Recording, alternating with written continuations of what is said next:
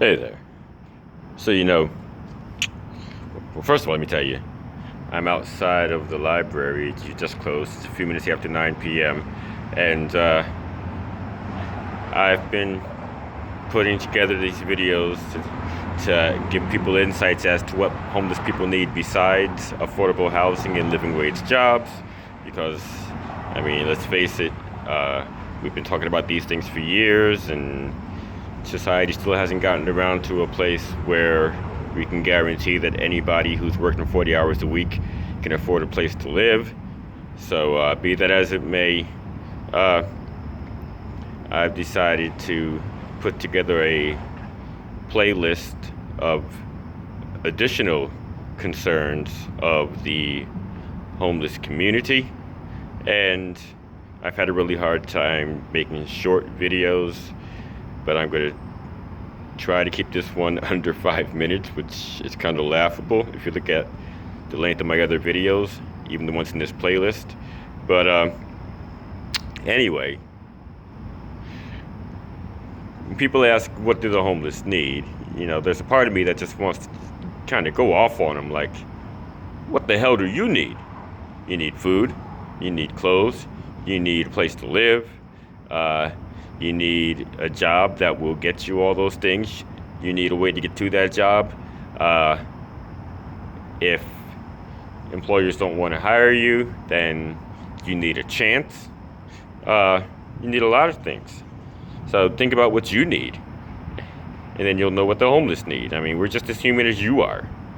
But that said, when we talk about why the homeless are not getting jobs and why they're not pulling themselves up by their bootstraps, the fact that they may not have boots to begin with, notwithstanding, but when we talk about why the homeless don't just do the right thing, I can't help but realize just how ignorant some people are. I mean, sometimes the same person will talk about how they wouldn't want to hire someone like Joe Blow, the homeless guy, but then they also muse about why it is that he's homeless and why it is that he won't just get a job. Well, you just said you wouldn't hire the likes of him. And then you have housed people who are struggling to pay their rent, paying more than half of their income in rent, and even they sometimes ask why a homeless person is homeless. Well, if you're struggling to pay rent, then it shouldn't be that hard to imagine that somebody else is altogether unable to pay rent. Okay, their situation is not that far different from your own. And then if you know that where you live, the amount of money you'd have to make in order to pay rent without exceeding 30% of your income is twice or three times as much as the minimum wage in your area.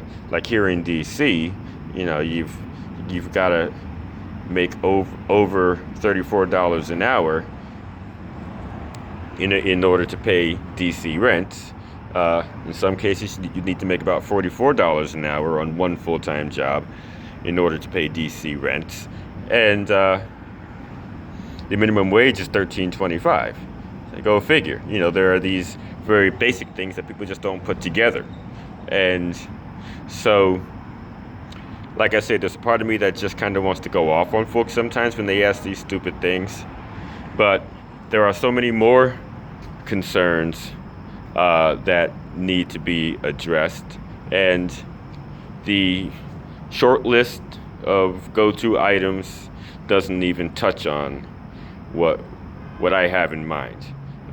People talk about mental health. People talk about the homeless being lazy or being drug addicted.